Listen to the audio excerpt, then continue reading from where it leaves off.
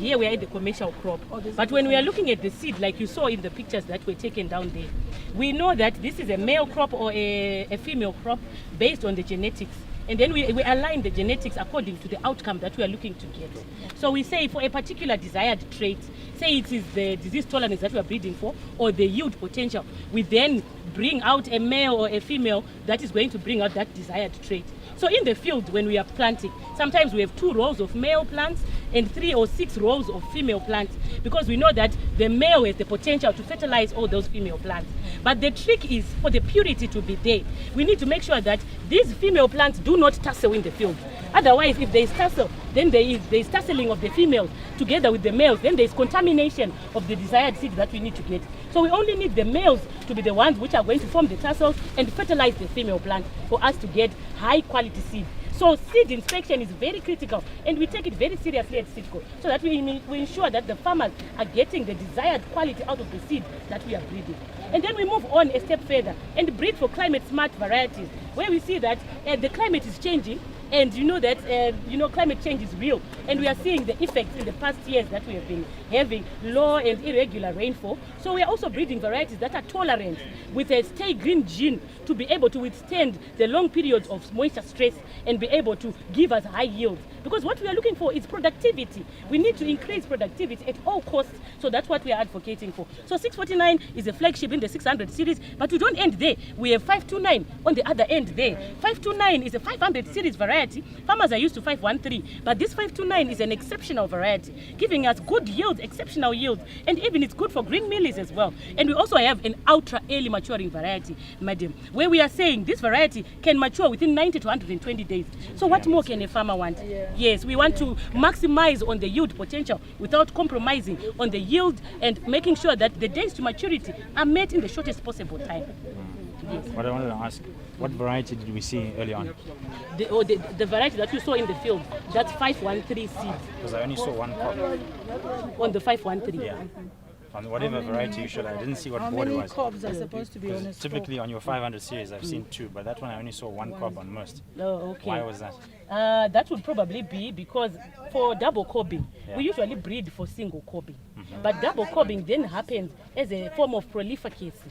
If there is abundance of space in terms of the spacing that is in the field, and if there is abundance of nutrition as well. And usually we see double cobbing, Honorable Minister, at the edges of the field.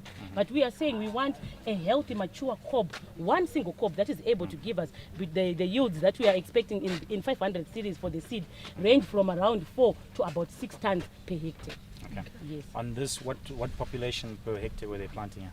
Thank you very much for that question, sir. You know, population is very important because yield is a function of 2 things. Yield per plant and yield per unit area. Correct. So here we are advocating for, in the 600 series varieties, particularly under irrigation, we say we need to have a population of between 55 and 60,000 plants per hectare. That is the optimum. And we need to maximize on that variety and on those yield potentials by making sure that the population is adequate. Okay. So we are saying 55 to 60,000 plants per hectare. Okay. Yes. Now this, I don't see a pivot, so this is strictly rain-fed?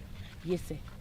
Okay, there's not even some form of supplementary that they were They doing? came in with supplementary irrigation in the beginning, but because of the challenges of electricity, here and there they were not able to irrigate as often as they would have wanted to. So it takes a variety that is able to withstand long periods of moisture stress. When do you think that they planted this crop? This crop, looking at it, we are saying they established it around end of November to early December. Okay, so they planted relatively early. Yes, relatively. But ideally, if all factors were held constant, we would want to establish in October, because we also want to optimize on the heat units. Correct. Because we also get higher yields when we plant earlier, if the irrigation and the water situation allows. Okay. Yes. So what they did is an excellent thing, because this is a 600 series, so it's towards the later end. Okay. So because they planted in November, December, that's why you got this. But if they had used a short variety in November, December, we wouldn't get that. You see? So this is a very good agronomic practices that they've implemented here, because they've implemented a commercial seed that is a slightly longer variety. And because of the rains that they're currently receiving right now, this is why you have what we see today. Because so it managed to optimize its pollen and Correct. silk synchronization at the right time. Yeah. What yield do you think they're going to get out of this field? Looking at it, I think the estimate is it's a bit early based on the cobs for us to make a sincere judgment, but I would say it's nothing less than 10. Nothing less than 10. Yes. So it will range between 8 and 10. Very good. Wow. Yes. Wow. Yeah. No, that's great. That's great. Yeah, that's good. And I commend also. Yes. You see your roots, very strong. Yes, the prop strong. roots. Yes, the prop roots Very will help in the anchoring of the varieties. Yeah. So we have defensive agronomic traits as well, Yeah. coupled with the yield potential to make sure that it will be able to withstand the stress in the field and not lodge. And also it has an EPR, where we say despite its height, it's supposed to look for around the center of that height that it has to throw its cob. Otherwise, if it was going to throw its cob above there, then they would be lodging in the field. Yeah. Yes. Oh, no, this is a good farmer. You Yeah. can see. Because high cob danger because when there's wind. But you know, they chose the right variety. This is great. It's a typical example of a good partnership between the seed supplier and the farmer. Wow. Yeah. Yeah, you're working well Very together. good. Excellent. Another commendable thing is the good agronomic practices that you Yeah, are the seeing in the spacing. field.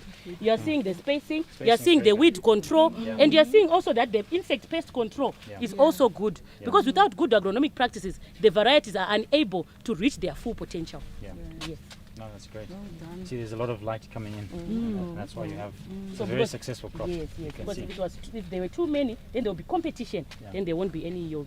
Yeah, And that's the great. good thing is you also checked out if the soils were good enough for the seed. isn't Soil it? analysis The is analysis, key. okay. Yes, In because all. if you don't know how the soil condition is, you won't know how you need to condition it. If it's poorly conditioned, then it means it will withdraw some of the nutrients that you're going to give the crop. They won't be available for use. So soil analysis is key. I think that's what we need to advocate for, to ensure that we increase productivity, even from household and small scale level, growing it from the grassroots, and we to add on to our national yield levels as well.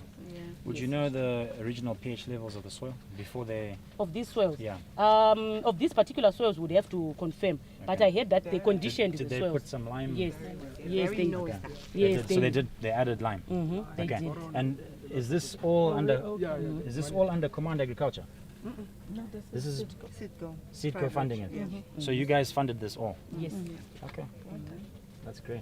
The entire farm, or is part part of it is Part- under Command? Yes. Part Okay. under command, Uh-huh. part under seed production, because seed Yeah. production is an entity in its own right. Then also commercial production is another entity. Okay. Did you provide any pivots to the farm? Not to this farm, no. But to to this farm. some farmers we have No, schemes. no, I know you have schemes, but I'm asking particular to To this one. Now we know.